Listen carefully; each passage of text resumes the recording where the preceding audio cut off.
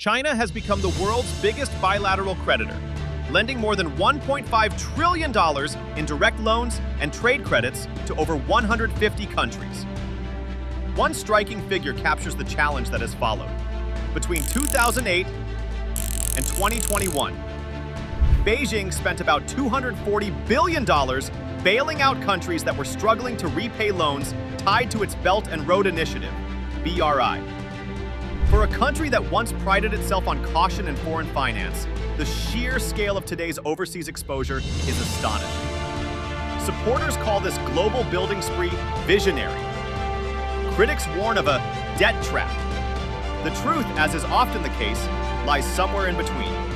The debt around Chinese projects is less about hidden imperial designs than about a lending model that is both bold and risky, and about the vulnerabilities of the countries that borrow. Western commentators often frame the issue as debt trap diplomacy. Indian strategist Brahma Chelani, who popularized the phrase, argues that Beijing lends for big, often uneconomic projects and then seizes assets when countries default.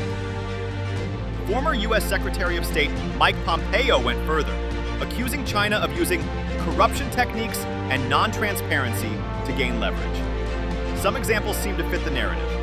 Sri Lanka's Hambantota port was leased for 99 years to a Chinese company in 2017, after Colombo struggled with a $1.4 billion loan. Tajikistan reportedly exchanged gold and silver mining rights for debt relief, while Laos surrendered a controlling stake in its national electricity grid in 2020. Yet serious scholarship offers a different view. Deborah Brodegum, a leading expert on China-Africa relations, calls the debt trap idea a myth that lacks empirical evidence of a systematic strategy. In her research, most projects are requested by the host governments themselves. Carmen Reinhardt of Harvard points out that China's emergency lending often aims at rescuing its own banks, not at grabbing foreign ports. Indeed, a 2023 study found that China has acted more like an emergency lender of last resort, providing hundreds of billions in bailouts to keep countries afloat, rather than pushing them into default. The numbers back this up. Chinese rescue loans average about 5% interest, higher than the IMF's typical 2%. But for many financially distressed nations, Beijing has been the only door still open. This offers Beijing financial security, but leaves partner countries vulnerable if, say, oil or copper prices collapse. And some projects are simply too grand for their own good. Politically prestigious white elephants, from underused airports to lightly traveled highways, can cost billions while yielding little cash flow. Often, a large share of the loan money flows back to Chinese companies and workers, limiting job creation and technology transfer in the host nation.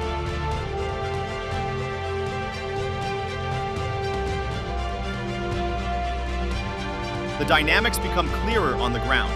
Pakistan's China-Pakistan Economic Corridor, CPEC, is a showcase of ambition, featuring power plants, upgraded highways, and deep-water ports. Yet as of 2023, about 30% of Pakistan's external debt was owed to China. High capacity payments for electricity and modest export gains have strained Islamabad's finances, forcing repeated pleas for relief. In Angola, post-war reconstruction was funded through an oil-backed loan model. At one point, China held 40% of Angola's external debt, worth roughly $18 billion. When oil prices fell, repayment became a heavy drag on the economy, showing how commodity swings can turn an innovative financing idea into a debt trap of another kind. These stories are not about hidden Chinese plots so much as shared miscalculations, optimistic revenue forecasts, weak oversight, and, at times, local political pressures to build first and worry later.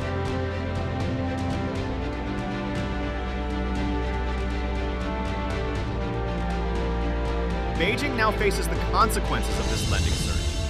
It must protect its banks and overseas investments while keeping its image as a reliable development partner.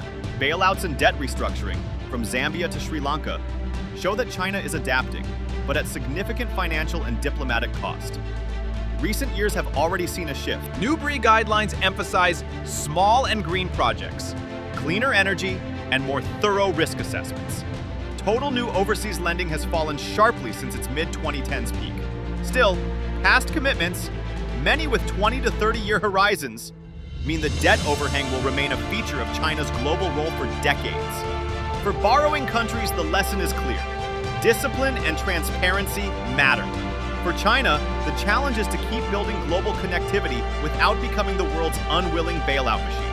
As one Beijing policy advisor recently put it, "We went out to build roads and ports. Now we must also build rules and trust." China's overseas projects are not a simple story of predatory debt traps, nor are they purely altruistic gifts. They reflect a unique blend of domestic economic pressures, ambitious diplomacy, and the tough realities of global finance. The result is a complex ladder of debt, built rung by both lender and borrower.